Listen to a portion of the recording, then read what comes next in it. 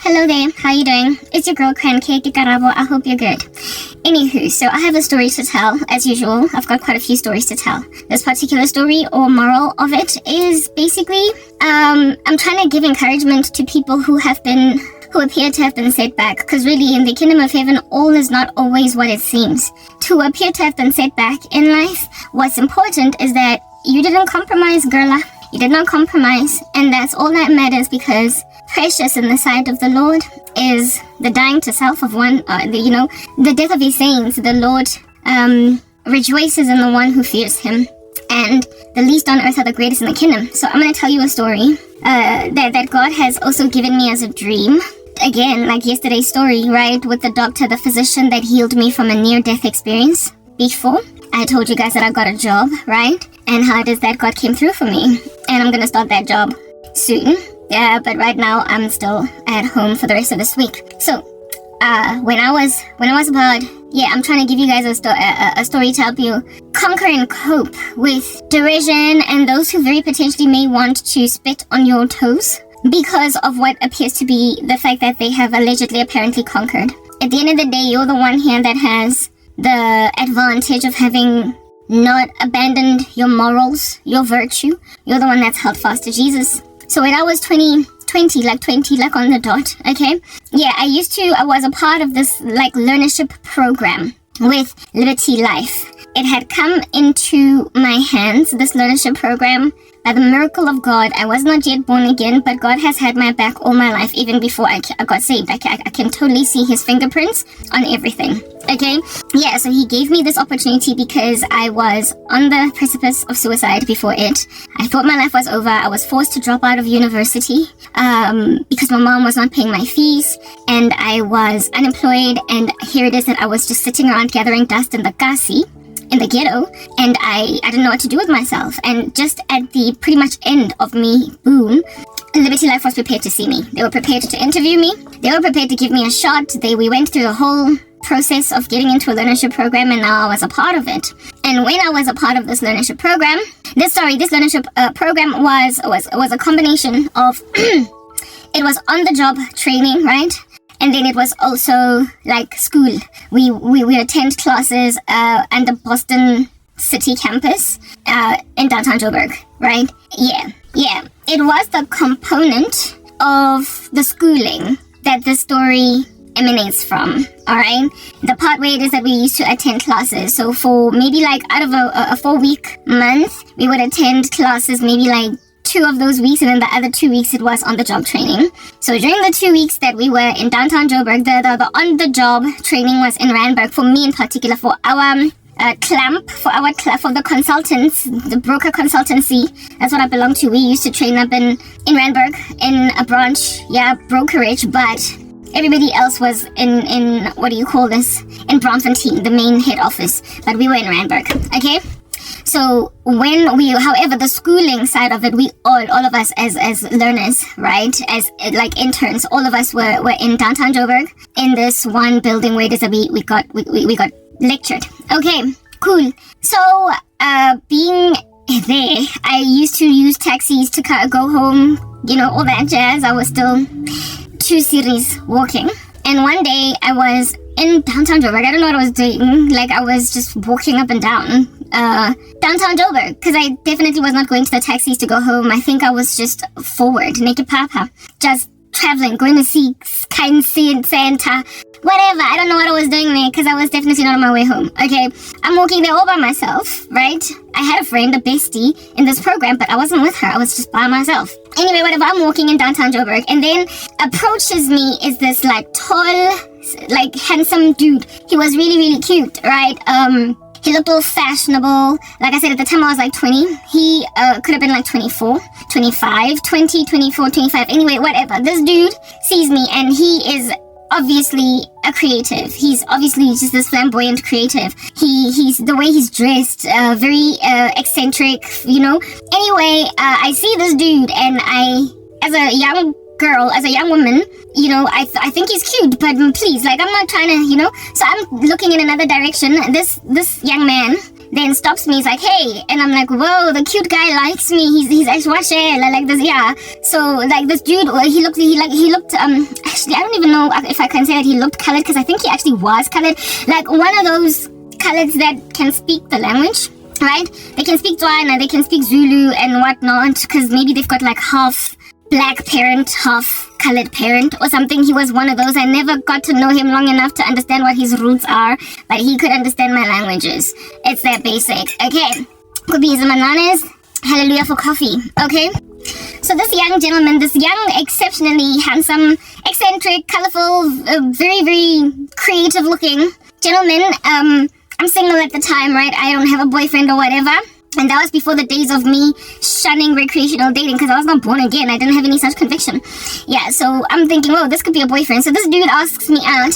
He shellas me there on the street, like on my way to Kind Center or whatever. He's like, hi, how's it? Oh, you know, blah, blah, wada, wada. What's your name? What's your number? And I respond, and he says that his name is Philip. I can use the name that he had because it's irrelevant. He's not a person that is in my life, so I'm not like, yeah, he'll never know. Just some Philip dude, right? Yeah, Philip. He's like, my name is Philip, blah, blah, blah. He was a colored dude, but like I said, he had black nuances. The reason why I say he was colored is because he also had a surname that was, like not black. It's not like his surname was Shabalala or whatever. It's like his surname was like Stevenson's or Peterson or something. Like, yeah, let's say Peterson. His surname was like Peterson. Like, I'm Philip, but he didn't introduce himself to me as Philip Peterson when we were busy chatting. That's when he was like, so what's your surname? And I'm like, Shongwani. And he's like, oh, mine is Peterson. Okay, cool. So this dude likes me. And initially I'm all excited. Like, what, right? Like, he's so cute. He's beautiful. He's good looking. He's tall. He was taller than me. I'm a tall girl. I was tall. I was already tall then. 1.75 meters tall. That's my natural height, okay? And this guy towered above me. In South Africa, we struggle with heighty men. Our guys tend to be short. So I had only ever dated dudes that were either my exact height or shorter. And this dude was like towering above me. So it was a refreshing encounter, because I was gonna have a boyfriend that I looked at like that. I was gonna have a boyfriend that I looked up at, right? Anyway, whatever. So here's this tall, skinny, he was just like I came to learn that he was a fashion designer. Alright, he was a fashion designer, and that's why he was so creative outwardly. His outfits, like, he clearly was a designer. You know how designers dress, right? Yeah, they're very eccentric that way. Yeah, he was a fashion designer, and he was working on his brand. He was working on his line, and he lived right there in downtown Joburg in one of the apartments there, and he had like a seamstress and whatnot, like a home, like a place where these women used to sew stuff. Yeah, and whatnot. He would send his designs there, and they would like patch stuff together for him and whatnot. He was a very creative dude, and he was a fashion designer. He had the life of a fashion designer that was on the come up. He was trying to break into the industry and be something big. He was trying to be David Tlale or something. Okay, that's what this dude was on, right? I'm at this stage 20 years old. In and of myself, I love fashion. He liked me because of the way that I was dressed as well. So he imagined that him and I were two peas in a pod. He thought that we looked good together. You know, I was this fashionable young woman, and he was this fashionable young man. And it appeared to be a match made in heaven, at least at first sight. At first sight, it appeared to be a match made in heaven until it became a match from the abyss. So here it is that this young gentleman pursues me. I give him my number. Okay, and then he calls me immediately, so I'm really grateful for that, because, you know, dudes sometimes be out just taking your number and they don't call. So this guy calls me the same evening, and on the phone, that's when I was just like, what is going on over here? Like, what in the world is happening over here? What is this thing? Okay, he calls me, right? This cute designer guy. The conversation is just so laced with sexual innuendo. It was literally ridiculous, out of my mind. Like, I was not born again at the time. I did not have any conviction of sexual sin, but I had never been that, like, sexual innuendo communicated with by a guy. I'd never had a dude use so many sexual analogies in the way that he speaks. Like, in his metaphors, like, everything that came out of his mouth was just sexual. And I just, whoa, like, yeah, but when the Bible says that, you know, do not even mention the things that people do in the darkness and the things that they speak are an abomination, right? So I won't even describe to you what this guy used to say, but his speech was full of sexual innuendo. Like lots of metaphors and analogies that are sexual, using food to describe body parts and what have you. Yeah, telling me about how he will invite me to a braai. That would be a barbecue if you're American. He will invite me to a braai and I will bring ABC and he will bring, DEF. Okay, like I said, I don't even want to mention what this dude would say, but he had a lot of sexual innuendo. Essentially, bringing meat to the braai that looks like certain body parts. You get my, this dude. I remember at the time I was staying with my uncle's family, my cousins and whatnot, because I was just newly in that learnership program and my mom was in KZN. And so my little cousin was there with me. When he called me in the evening, I was sitting next to her at home and I was like, chick, like, look at this dude. Like, remember that dude that I told you about that I met? Yeah, whoa, like, look at his SMSs. I say to my cousin, at the time my cousin was in high school, right? She was like in maybe grade 11 or matric at NSA. Yeah, but we got really tight because during that time I was closer to her than her older sister, who used to be my rather bestie, but I got rather tighter, closer to her sister during that time for the fact that my cousin started acting funny towards me, the other one, right? So I got close with the sister who was 4 years younger than me. And so I'm sitting next to her and I'm like, cheeky, like, look at this dude, like, the one that I met earlier, and like, look at what he's sending me via SMS. Like, we spoke on the phone. And then he would also send me text messages. And like that relationship was over before it started. We get that I was in the world. I did not love God. But goodness, like, not everybody is just super crazy crass in the world. There are people that just like don't enjoy coarse jesting and dirty talk. Like, yeah, I was never that girl. Like, yeah, I might have been just 20, but like, no, that was not me. So this dude was talking like this, and when I showed my cousin, she cracked up. She laughed. It was a joke to her, but to me it was like, lo muntu lona is potential boyfriend. Like, hey, how am I gonna be with a guy? Anyway, I showed my cousin, and I tell myself that maybe I could save him. So his cute, all of a sudden, was peeling off his face or melting off his face like ice cream. His fashion sense, all these things that I liked about him were just peeling off him. They were coming off. Like, all his beauty was just fading because of all of this way in which he was talking to me. And I didn't even know how to deal with it. It's like, dude, this is our first conversation. Why are you talking to me like that? Like, what is wrong with you? Anyway, whatever. So, however, I said it out, I used to be kind of desperate to be in a relationship back in the day. Like, being single was just not something I was trying to do. So I was like, hey, let's give this a shot, because he's fashionable, he's cool, plus he's a fashion designer. Like, well, yeah, cars are this thing that I'm in. So I'm staying. It didn't last though. Like, Papa, it got to a point where I just broke my top. Like, I blew a top. I got over it. Like, I realized that it doesn't have to be this bad. Like, it really doesn't. Anyway, whatever. So that's the first conversation that we had. Then we start meeting up, like, after my lectures, my classes in downtown Joburg. And then the thing that made me stick around for maybe, like, I was with that guy maybe like 2 months. The thing that made me stick around with him was the fact that our first sort of kind of date, I found it kind of romantic. Like, he took me, first and foremost, before we had anything to eat, he introduced me to the seamstress ladies, like the women who make his outfits, sorry, who sew for him. The women who, if somebody puts in an order with him, the mamas that sewed his garments, the mamas that sewed his garments, he introduced me to them in such a sweet way. Remember I told you guys that he was colored, and to a certain extent he even had a colored speaking accent, but like he could speak the languages and very well. Zulu Sahaha was like perfect, okay? And he took me to this building where there were these women who sewed, right? They were in this room full of sewing machines, and they were older ladies like grandmama age, and when he walked in there, they were like, oh, hello, Mtanam, like, hello, my son, whatnot. They all loved him so much. And I was all shy there, and he brought me along with, And then the way that he introduced me to these ladies was so sweet. It was not the rude dude that I was on the phone with the crass, coarse jesting and the sexual innuendo. He was like, well, mama, this is the meet umuntu, like in Zulu, right? I'm not really, I'm more Botswana than I am Zulu, but he was like, meet, something very sweet that described me. Like, the woman in my life, intombi enhle ngithandayo, ngifuna ukuthi nimazi ngoba she's gonna be coming here a lot with me. You know, he introduced me, like, meet my beautiful girl. You're gonna be seeing a lot more of her. Y'all know that I'm not, I've been single for a while, and this here's my lady. I want you guys to know her, like, get used to her.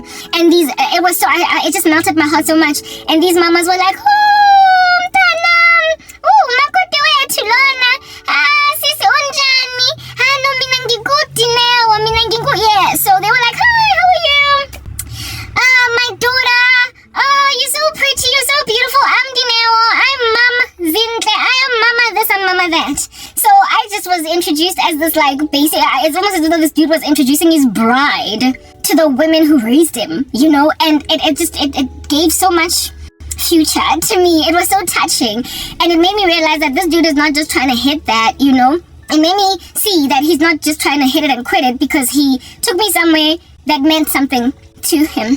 He took me somewhere that meant something to him. He really did like me. He really did. I don't even know why he fell for me so quickly, but he did. Okay, and that trip to the mama's place where these ladies who sew garments for him, yeah, when he took me there on our first date, like, that was our first date. Like, we eventually, like, we got some food. I think we went to a pizza joint, Debonesco Kind Center, then downtown Joburg. But before we went to go eat, he took me to his mama's, and it meant so much to me. It meant so very much to me. Anyway, whatever. So this dude was, you know, when somebody's like half and half, man, like, I don't know, like, he was right but wrong. Like, yeah, this guy was the perfect guy, but he was also just the worst. Like, he was right and wrong. Like a volcano mixed with a still quiet lake. He was an earthquake right next to a breezy day. Like, he was just a combination of two diametric extremes, one of the extremes of which was just unacceptable to me. It was just unacceptable, while the other extreme was like, whoa, where am I gonna find something like this? Like, this is accurate. Like, the top of that, he's so cute. Like, can you imagine the babies? He was this beautiful looking man. And he was taller than me, something that was rare for me to find. And on top of that, he had to introduce me to his village mamas. Like, what, you know? Here it is that I'm sticking around with this dude because, like I said, the other extreme of him is, like, totally wonderful. Alright? And the other section, I didn't even know how to deal with that. I didn't even tell myself that I was going to talk to him about it. Like, awesome, babe, you know, it would be really wonderful if you did not talk to me like I was a piece of pizza, like we just had a debonaise. Like, stop. I didn't know how to raise it. I was still so young. And you know, when you're young sometimes and you're impressionable, well, all these rubbish, nonsense demeanors and endeavors that a boy can throw at you just for the sake of being in a relationship and in love, sometimes you just take blows in your stride. You just take them. You just take them even though you wince. When somebody's like, you know, you wince when they speak stuff. Man, we saying, what did those guys say? You twitch, but you just take it because you're young. You know, it was before the days of, babe, let's sit down and talk. Before the days of, I didn't appreciate the way that you spoke to me. It was in the time when you were still out here, in relationships, so I sat in there a little longer than I was supposed to. So that situation kept me lingering around a little bit longer. But then he started to give Michael Ealy vibes, and it was cray-cray. And by Michael Ealy, I mean Michael Ealy in The Perfect Guy. Like, he started to, like, do some pretty possessive, stalky stuff. Like, yo, this dude, like, whoa, scary. Yeah, so, the conversations never stopped being sexual, and it was still very troubling to me. I started to find him, like, yeah, he was cute and everything, but the personality was just not giving. And so I was really deeply considering breaking up with him. I would tell my girl at the learnership, because I told you guys that I had, like, a bestie chick that I used to hang out with at the learnership program. I was like, I met this dude, cute, dumarayo. He's cute, but, like, it's this and that. And again, she also had a very big sense of humor, just like my baby cousin. And they would just laugh, like, imagine these females be out there laughing at her sister, you know, trying to confide in them for some problems that she's got, you know. My girl's laughing at me. My girl's out she laughing at me. Quack, quack, quack, quack, quack, quack, quack. When I tell her, like, the details of what this dude was saying, quack, quack, quack, and I'm like, me, I don't have a therapist here, eh? I don't have a therapist couch. I don't have somebody that gets it and is like, girl, you're not giving me the right advice. You're just laughing. So my girl was laughing at me. My cousin was laughing at me. I had nowhere to run. I had nowhere to run. I had nowhere to go for good sound counsel as to what to do with my diametric boyfriend, who was on two extremes. On the one side, he's just this perfect dude. And then on the other side, he was like Michael Ealy in The Perfect Guy. I am not even lying to you. I had a Michael Ealy in my life when I was 20. And he was 24, 25. 24. You know how Sana Sana, the lead character actress lady from The Perfect Guy, indeed imagined that this dude was the best thing since sliced bread until very quickly into the whole soon. Like, it didn't take time. He just pulled stunts. He pulled stunts that was just so taxing, so voluminously taxing that a woman couldn't stay there. A lady couldn't stay. Yeah, but he was not at the extreme of Michael Ealy though, and I'm about to tell you how this whole thing fruitioned, how it unfolded, how it unraveled, right? So I was in a learnership program, right? And we used to attend classes with all of the other kids there. And this dude, like, he was giving eerie, alright? Like, nobody was able to, like, none of us. Where it is that we used to take classes, we would go, and there was this building where we would take either stairs or a lift to a level. Stairs or a lift to a level, and then we'd be in class. There were no security guards or whatever at the beginning, right? Downstairs, I guess I didn't find a need for security guards. But, like, there is literally not even a single student, a single learner that had somebody just rock up. It's like, think about it at varsity, right? Imagine the guy that you just started dating rocking up, slapping in the middle of an accounting lecture, and like getting like where it is that you take classes, and like your lecturer is like there in front, wrapping up. Your lecturer is wrapping up. On some, okay, guys, this is what you have to do for the assignment. And as he's wrapping up, this dude walks in to your class. Where it is that you are wrapping up, you did not invite him. You did not you did not tell him where your classes are. You're in a building, like you're in a big university that has got so many lectures going on at the same time. You are in a big university that, okay, I'm breathing because I needed to use the bathroom. I was kind of pressed to pee. Yeah, you're in this like big, fat, chunky university with many classes happening at the same time. It's vast. Many lectures are happening at the same time, and your boyfriend knows that you attend. Let's use Wits for instance. Your boyfriend knows that you attend Wits University. But he doesn't know what you do there. And well, maybe he does know what he does know what degree you're doing, but he doesn't know your lecture schedule. He doesn't know whether or not you are even at classes today. All he knows is that you're a student at Wits and you're studying BCom accounting. He doesn't know the schedule. He does not know that in the mornings you go to accounting 1, and at 12 p.m. you go to corporate finance. At 1300 hours at 2 p.m. you have got a tutorial. He does not know what you're doing. He does not know where you are at any given. He shouldn't anyway. No, he shouldn't know. This dude rocks. Yeah. So, however, despite him not knowing your true schedule, but he just knows that what school you go to, right? Then rocking up in an environment that is hosting an official program, like kids that are there in an official capacity, having paid fees, and this person hasn't signed in. This person, like, there was not enough security protocols in that environment, I will say, indeed, right? It was just kind of loose, right? It shouldn't have been that loose. There should have been a security guard at our lift or at the bottom at the door, that upon a person walking in, been like, what do you want? What is your interest here?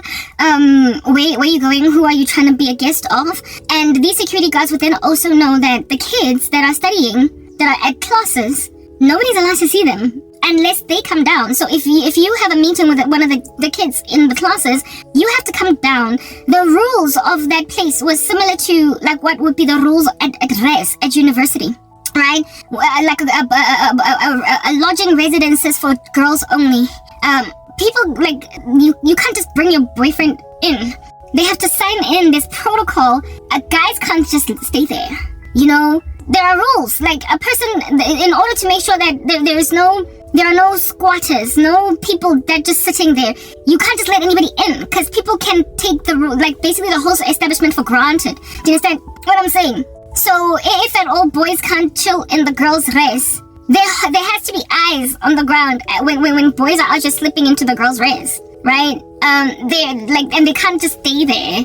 It was an official environment for training kids in the learnership's curriculum, and we literally could not have visitors. We just nobody had ever had visitors, guys. No one I'd never seen anybody walk. Like, there was never a stranger on that floor.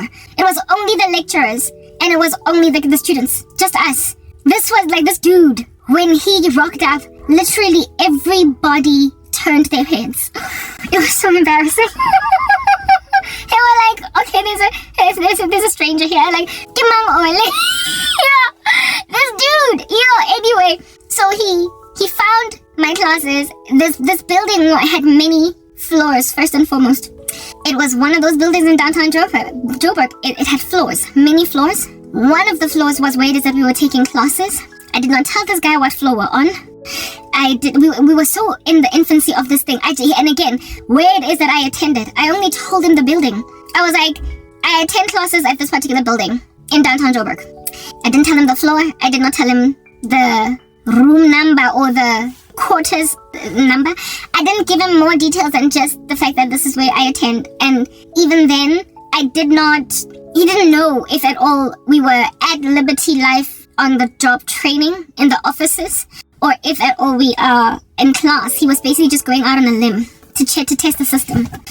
Yo, guys. Anyway, yeah. So I'm in the lectures, right? We're finishing up in the classes, and this dude rocks up. He sticks out like a sore thumb. I told you guys he was tall, this yellow bone colored dude, and he was very eccentric looking. He looked very clearly like a designer. Like you know how designers can dress sometimes.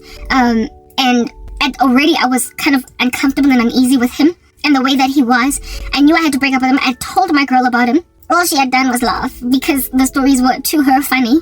Okay, yeah. And when this dude rocked up, everybody, every girl and every boy, every man, woman, every student looked in his direction. We all looked, because never had we ever had anybody just waltz into that space that was not part of this program. Never. So we were wondering who he was, and the fact that and the thing about it is, when he waltzed in, one of the students we were like exiting lectures, right, or classes. One of the students pointed at me because he asked them, "Do you know a karabo from Wani?" And this chick looked back and she was like, there she is, back there. And that's when I looked at him, and at the top of my mind, all I was thinking was,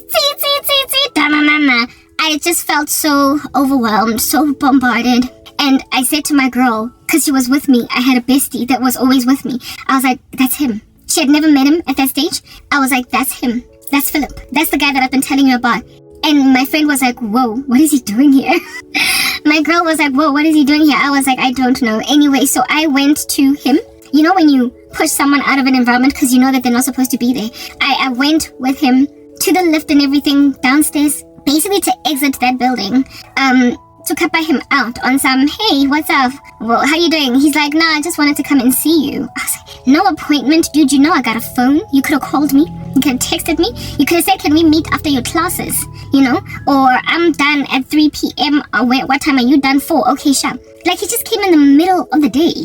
And my classes were not even done. We were just like on a break, like in the middle of exiting classes. So he came at I guess the opportune time, in the sense that I wasn't in lectures. But that dude, the way that he just waltzed it into an official room, an environment that frankly was demarcated for us only, he was trespassing. That's exactly what he was doing. He was trespassing. I found it so brazen, and I also found it so intrusive. He was just everywhere. He started to be like a tick fly, like he started to tosa me, this dude. So here it is that he's there, and I'm like, yeah, like I said, he could have scheduled a meeting with me. He could have said, can we meet after your classes? The way that you would as a boyfriend. Like, Papa, I've never had a boyfriend do that. If you're gonna surprise me at work, wait outside in the building. Like, wait outside by the boom gates or at reception. but don't come up to the offices and be like, hello, baby.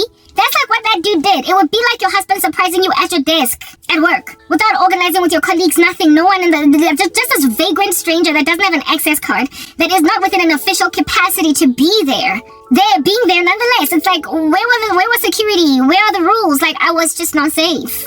And this, it is exactly just like a man, a husband, making a decision to surprise his wife got desking without making arrangements with the boss, security downstairs, somehow slipping past security, and just next thing is like, boo, baby, here, I'm here. Tapping on your shoulder, you hear that's your husband's voice, and you're like, babe, how did you get in? This is a building, a working office, premises, people use access cards here, ungenejan. And the dude is like, I just wanted to surprise you. Kazi mina ngichathe stalker. Kinyetsa stalker. So there it is, that this dude is in that official environment, making me very antsy and uncomfortable. I send him downstairs gently, and I don't even raise it, because, I'm all impressionable, and I'm also scared to offend type thing. I just send him outside on some, okay, bye. Thanks, for coming through to see me, and whatnot. And he's all like, he hugs me, we at that stage, I think we already kissed or whatever, because he was my boyfriend. Yeah, officially at this stage. I was starting to be very, very uneasy with him, uncomfortable, even low-key scared, but not too scared. He had never shown any violent streak, but he had started to show stalkery, creepy streak. He was like Michael Ealy, and a perfect guy, a dude that you think is great, and the next thing, something of him just is unhinged, clearly, and and you just get like worried now. About how in the world this is gonna go. So I get to a point where I'm like now, I gotta break up with this guy. One day we go to, I then eventually get to a point where I'm like, yes, I want to break up with this dude, right? But this dude was like, I remember I told you that my cousin used to attend a National School of the Arts. She would, of course, take taxis at Bri to go home, Gladiso at home. One time, my cousin, like this guy was just, he was so all over the show.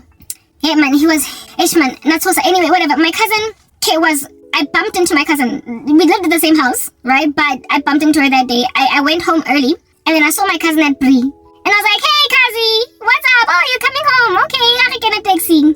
And I was with this guy, I think he walked me to Bri, right? We were walking back home. We were walking to the taxi rank. He walked me to Bri. And then I bump into my cousin. And I'm like, hey, Kazi. And then I'm like, oh, Philip, that's my cousin, Let's say her name was Maina. I'm like, this is my cousin Maina. Maina, this is Philip, I've been telling you about him. This is my boyfriend, Philip. And my cousin's like, hi, nice to meet you.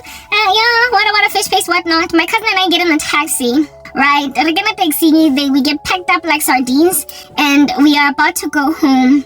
And I'm thinking that as soon as we get in the taxi, right, that this guy's gonna leave type setup thing. My cousin and I get in, we sit at the back, go window, right, close to the window. Like, I'm on the very far end of the window, and my cousin's next to me at the back of this taxi.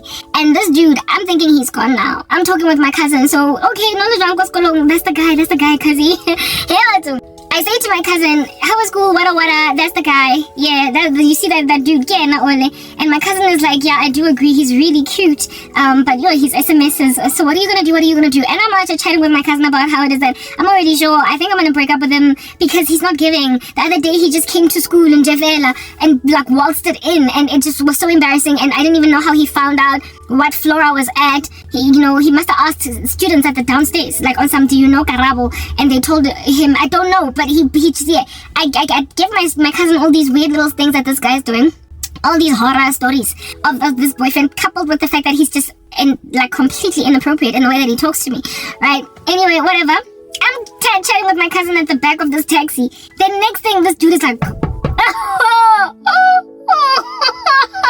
he is like, go. And my cousin and I look to the left, to the right, and he's standing right there.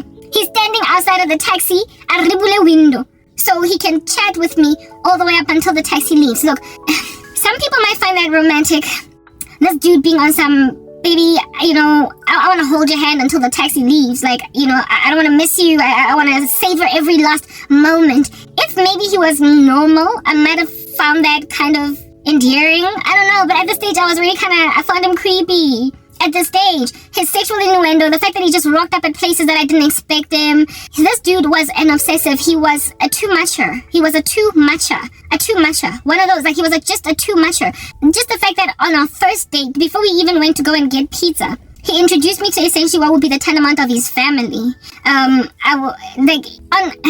found it romantic, but then now that I think back, I realized that he loved too much. He was too extreme.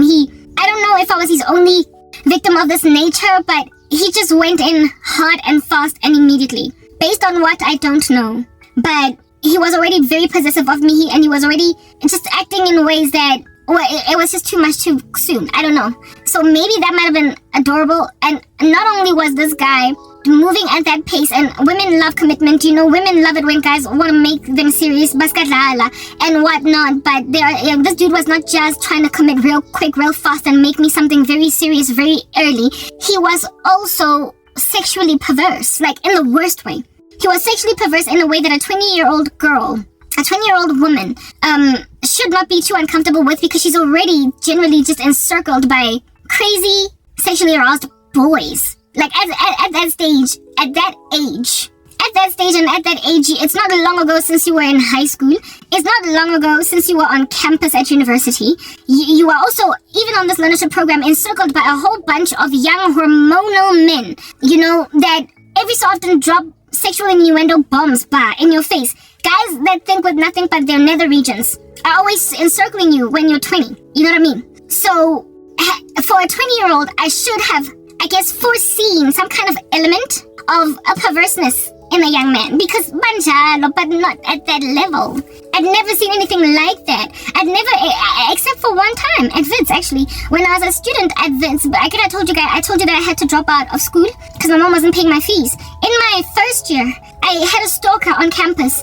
This one dude that he was literally too intelligent for that rubbish, because he was studying some hectic mathematical degree, you know. He was one of those East Campus people that were chilling in those mathematical sections of Wits, where it is that they teach actuarial science and whatnot. He was a mathematics student. So for the level of intelligence that was going on, Lana, I was like, yo, dude, you're probably especially dangerous because you're so smart. Okay, I had a little bit of a Michael Ealy pursue me, and it got to a point where I was scared now for my life at Wits. This dude would I'd be walking from perhaps like West Campus through the Matrix to East Campus, trying to go home on the side of Liberty Life. I think they call it Yale Road, so I can go to Brie. To take taxis home. And this dude, it's like he memorized my schedule, my timetable, like clockwork. He memorized it, and every day I would find him waiting for me. Go the Matrix, like literally. He would be sitting sometimes by himself at the Matrix, knowing that at a certain time every day I use that route, passing through the Matrix, to go and exit school through the gate La Liberty Life. I had to change the course of direction of how it is that I go to school, and I also ended up threatening him with the dean of his school that he is out here sexually harassing me on campus, and that's the only thing that actually stopped all this nonsense from happening, coupled with the fact that I actually actively used to avoid him. Now I started taking long dry, for crying out loud. That was the shortest route to get home. I started now using the exit on the side Senate House, and it was just longer, like the exit that is on that road that, you know, that road, man, it's not quite Senate House, but just before Senate House, like before where it is that the buses pass this, another exit of that nature. I started using that to avoid him, because I didn't even want to go past the Great Hall. This dude was scoping me out almost like with binoculars, so I did not want to be found anywhere in those open areas like the library lawns. I didn't want to be seen at the library lawns. I didn't want to be seen by Senate House, by the Great Hall, by the Matrix. So I had to strategically take a route where it is that, like, almost like from West Campus, right, that big bridge, go over the bridge, and instead of going right on ahead to Senate House, to the Great Hall, if it all, you know, Wits, you understand what I'm saying, I would then detour and take that exit, di basi. You know, the one where there's a bus stop just outside? Yeah. I forgot what that road is, man. I forgot the name of it. I would use that exit, and it was longer and unsafe. I prefer to walk most of my time inside campus, and then spend the least amount of my time out there in the wilderness on Johannesburg streets in Braamfontein, but this dude made me walk in the streets of Johannesburg for longer than I would appreciate and take a route that was longer than absolutely necessary. That was the most optimal route for me to take to go home, but I had to avoid the Great Hall. I had to avoid Senate House. No, not Senate House per se, but I would exit that Senate House would also have been relatively decent. In terms of distance, I had to avoid Great Hall. I had to avoid the library lawns. I had to avoid the Matrix. I had to avoid, because of this little bugger. This dude started following me one time when I was back from lectures going home. And he followed me all the way from the Matrix. That's where where he first saw me. And he walked all the way with me to the gate, right? He never ever exited campus. I think it's because he actually lived on campus, right? And the way that this dude pursued me was by telling me all the things that he would do to my body. I had never been spoken to like that by a man before. I was only 18, 19 years old, and yet, despite at that age generally being encircled by very perverted little boys, I'd never had anybody speak to me like that. I'd never had any little boy shell at me like that. I'd never had any dude, not even some of my most playing boyfriends that I had at that date, were that sexually crass. I'd never had that. It's a different kind of man, y'all. It takes a different kind of human being to be that perverted. It's not, they don't make them all the same. That's what I'm getting at. Even though young hormonal boys have breaks, guys. Even the young hormonal teenage boys that think trash 24 hours a day at least have a gauze here on their mouth. Something that prevents them from just blurting out certain obscenities. What is going on in their brains, their very hormonal bodies, does not come out normal. They bridle their tongues. I was encircled by those who at least bridled their tongues even though I knew what they were thinking. Because, little boys tend to be generally kind of perverted. What have you. I had never been in the company of any young man that pursued me with sex. What makes you think, first and foremost, that I'm not a virgin? After all, I'm at university. I'm young enough to potentially be one. And secondly, where do you come from? What's our guy? What Plazi town do you hail from where it is that it's appropriate to speak like that to girls? Where has it ever worked? For me, the confusing thing was, where has it ever worked? Are there any women that you have ever pursued on campus, outside of campus, in your high school where you come from, your village, Lau Pumakon? Because I think it was one of those not from Johannesburg dudes. When I was from Pumalanga or something, I was like, dude, are you going to tell me that abantu basemaplazini, there are women in the plazis where you come from that respond to that kind of Shellington? You probably got a B or an A on higher grade maths to be doing the degree that you're doing. So you're really smart. How in the world under heaven somebody that smart go now recognize when it's not okay to speak like that to women? Don't nobody want to be described to what happens on a porn set, however, with you being the leading lady in that particular pornographic show. Don't know a woman want to be shell-eyed like that, because when you get shell-eyed like that on campus, you're thinking rape. You're thoroughly thinking this thing is going to result in the inappropriate manhandling of my person. This fraternizationing rubbish that this dude is doing is not going to end well, right? Men who are like that with women, doesn't work. I'm confused. Men, these perverted dudes, thank God, but those who do exist out there, when has asking a woman out by explaining all of the stuff you will do to her in the bedroom ever worked? I could say that maybe he was raised in a brothel. I don't know. But largely chicks are turned off by that. They want to be wined and dined. They want to be lied to, essentially. Even if a dude is out there just trying to hit that, a woman wants to be lied to that the guy is trying to love her and take her home to mama and buy her flowers and open doors and buy her cake and flowers on her birthday. A woman wants to hear that, even though the ultimate end goal of this dude is one and one only, is to ultimately bed her, but she ain't trying to hear that. So guys, mashallah, got that off the bat. It's Michael Ealy, the perfect guy. Psychopath. Cray-cray. Totally cray-cray. That's a man that's sick, and that's a man that's never been taught how to deal with women. Maybe he's only ever grown up among other brutish men with their lofty ideas about what to do to women. Maybe he was in a boarding school, I don't know.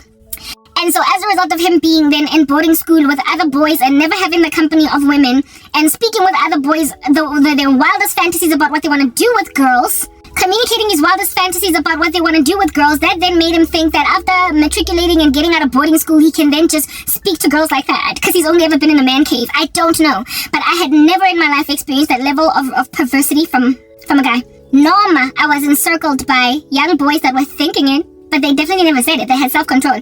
This dude literally went into extreme detail every single time he would find me. Every single day that I would find him chilling at the Matrix, and then he would walk with me insisting, okay? Me telling him, leave me alone, you're scaring me, you're freaking me out, did not work. And he would explain to me that, come on, give me a chance, because this is what I'm going to do to you. This is what I'm going to make you experience. This dude, he went into pornographic detail as to what he's going to do to me.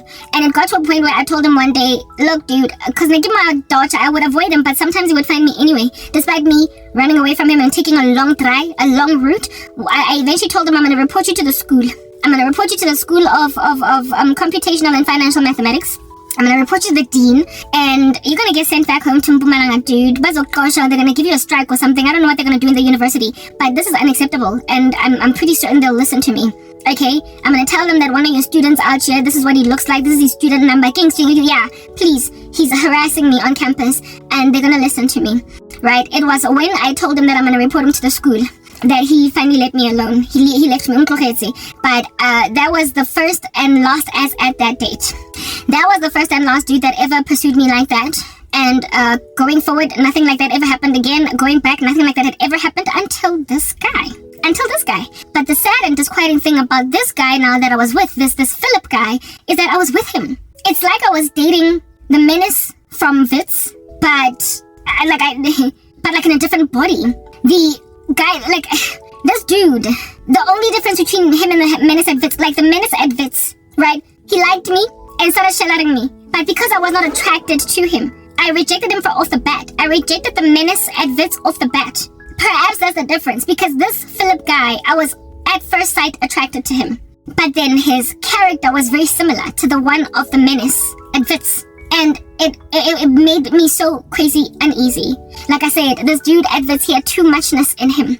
He had a lot of too muchness, and not at Wits, the at Wits too, but that one was already like a psychopath from the very get-go. However, Philip was one that I accommodated initially, like Michael Ealy. He had a too muchness about him that made me very uncomfortable, coupled with the fact that he was exceptionally sexually perverse in the way that he used to talk to me, and really and truly the thing that turned me off, even his romantic gestures, was the sexual perversity. It was the sexual innuendo. It was the fact that he just could not stop talking to me like I was a piece of meat on a plate. That was problematic. That was excruciatingly problematic. And I wanted out as a result of it. But if this dude did not wear any of that character, like if he did not speak like that, I very potentially might have just thought that this is romantic. I very potentially might have, like, his too muchness would not have been too much of a red flag for me if he wasn't so sexually perverse. If he didn't speak such like so, though, that the red flag of the sexual perversity rescued me from the potential of being with an obsessive, possessive boyfriend, that if he was left to basically thrive and fester in a relationship with me for any amount of time, I might have actually ended up dead at that guy's hands. I'm grateful that he was at least a pervert, because the perversity is what made me get out. If he was not like that on the tongue, I would have been in a relationship with a dude that I would have thought is just really loving and really attentive, only for him to continuously just do really creepy things. That if at all I had lingered in the relationship with him, it would have created an even stronger or deeper possessiveness that could have landed me in hot water. Do you understand? So here it is that I'm with my cousin in the taxi, and this dude is like, knocks on the taxi window. We look We look right, and we see his face just there. And my cousin is like, yo. Anyway, I open the window and I'm like, what's up? Is there something that you still want? Is there something that you still need? Seeing as we're leaving. And he's like, no, I just wanted to be here with you all the way up until the taxi is full and all the way up until the taxi goes. And like I said, if my boyfriend had done that, like if he had done that, if he wasn't a pervert that I was already wary of, I would have thought it was romantic. That's what I'm getting at. Oh, he wants to be with me all the way until the taxi leaves because we're so in love. But it felt Michael Ealy-ish. It felt stalkery. It felt too much. It felt, okay, so I'm gonna get it, like, what? Is this dude gonna rock up now at the offices in Randburg, where it is that I'm an intern too? Where it is that I am, getting on the job training? Is he gonna come there too? Is he gonna come there too? Is he gonna come to my capoeira classes? Is he gonna, where is he gonna rock up next time? Is he going to find his way to Tladi, where I live? And on one day to surprise me, like, yeah, anyway, he knocks on the window and he says that he wants to just wait until the taxi goes. He says he wants to wait until the taxi goes, and I'm like, oh, okay. Thankfully, the taxi fills up really quickly, and I'm like, goodbye, whatnot. And my cousin is like, okay, well, interesting, very interesting activity over there with your boyfriend. I was like, that's him, like, that's the guy, that's the one. And my cousin was like, okay, like, it's like she didn't know how to make of what just happened to Windong. Mara, remember, I remembered that this dude just surprised me at school. And here it is that he's knocking on a window and I thought he was gone. Goodbye. Next thing he rocks up, Coco. And I see him on the window. Yeah, such activity as this. I eventually make a decision that, okay, I can't be with this guy because it's very grieving to talk with him on the phone because he's very sexually crass. Text messages are just too much. I can't deal. I can't take it. So I organize a meeting with him. I'm like, okay, I'm going to break up with this guy. I can't be with him. And I'm going to award him the courtesy of breaking up with him in person because I had a history of breaking up with boyfriends over text. And I was counseled and told by friends that, girl, you don't do that. So I was like, okay, I'm going to meet this guy. I am going to meet him and I am going to text. I'm going to meet him. Yeah, no, before then, this guy, ooh. Remember he was a fashion designer, so he gave me a gift, right? This gift was, I forgot what it was, okay? I forgot what this present was. I can't tell you exactly, and I don't want, like, to add details and just to compromise or improv, but it was something that, like, again, it would have been sweet if at all this guy was not already kind of eerie, right? But it was something that had to do with his design work. It was like a creative present, a creative gift. What was that thing that he gave me? It was a creative gift. It was a creative gift. It was made of leather and, like, I think some poetry or something. Something that would have been okay if he was not all these other eerie things. But do you know what was the thing that was a massive turnoff? This thing that he made with his own hands, and it was really beautiful.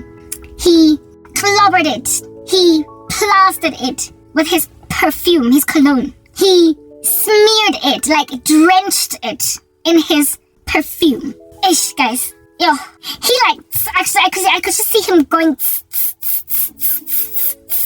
such that when he gave me that gift, he told me when we were there, right, going up downtown to getting, he was like, smell it. It smells like me, so that every time you open it, you can always think of me. And I was like, and guys, Yazzie, the scent of that thing, I couldn't even smell it. The smell of that leather, like, gift that he gave me, it was a beautiful work of art. I'm not gonna lie, alright? I could, like I said, I could pick up that smell before he even said smell it, because it, like, the moment he just took it out, I could smell it. He had a scent, a particular scent, that, I was aware of. I didn't have a problem with the way that he sent his signature cologne, perfume, whatever you want to call it. I was cool with it, but then when he gave me a gift sprinkled with his scent, I was like, oh, is this guy like an animal in the wilderness out here marking his territory with his pheromones? And this dude had so many weird things that he was doing, like so many weird things. And the scent, I can still smell this to this day when I tell you the story. The scent of that thing, if I tell you, it was so poignant that where it is that I put the gift in the room where I used to sleep at night, it literally filled up the whole room. It filled up the whole room. Like, you could go to the kitchen, and when you came back into the room, smelled of him. I was like, but the room where I sleep, my boyfriend, and I don't sleep here alone. I sleep with one of my cousins. So we're gonna have to now inhale the scent of my boyfriend's perfume. Yeah, my cousin didn't have a problem with it. I was no longer that tight with her, so she did not ask, what's that scent in the room? There was something that smelled like a man's cologne. She didn't care. She didn't know what it was. It's not like he smelled bad, but it did fill up the whole room, and it made me sick because I knew what that was. And when I showed my little cousin, because that's the one with whom I was confiding in with this issue, when I showed my little cousin, I didn't sleep in the same room as my little cousin. I slept in the same room as her older sister. When I showed my little cousin this thing, she also was like, whew, girl, I don't know. Like, that's your man. Like, he gave you a gift that smells like him. I've been with my boyfriend for a couple of years, and I ain't never gotten a gift from him that smells like him. But, hey, you decide what you want to do. Like, well, what's going on over? Like, you're clearly disquieted by this guy, so the decision is yours. And that's when I was like, I'm gonna leave him. I can't. This is too much. So he gave me this thing that smells like him, and it lingered in the room for like however long. It was on my person. It was a gift that he gave me, and I kept it, right? Whatever. And I kept on smelling it. And while, if at all, I was in love with this guy and he was normal, I'd maybe be like, this is the scent of my man. But at this stage, I was already kind of feeling some kind of way about this guy. So it was not a good scent. It was not a good thing to, whatever. Now fast forward. This happened early on, like early, even before he rocked up in my classes, at my lectures and whatnot. So all these events unfold, and then I make a decision finally that, okay, I'm gonna leave him. Alright, I'm gonna leave him. I can't. This is not gonna work. I don't want to be told that I'm gonna go to a braai and bring this, and he's gonna bring this kind of meat, and it's gonna be like us fornicating. I'm not doing this anymore, okay?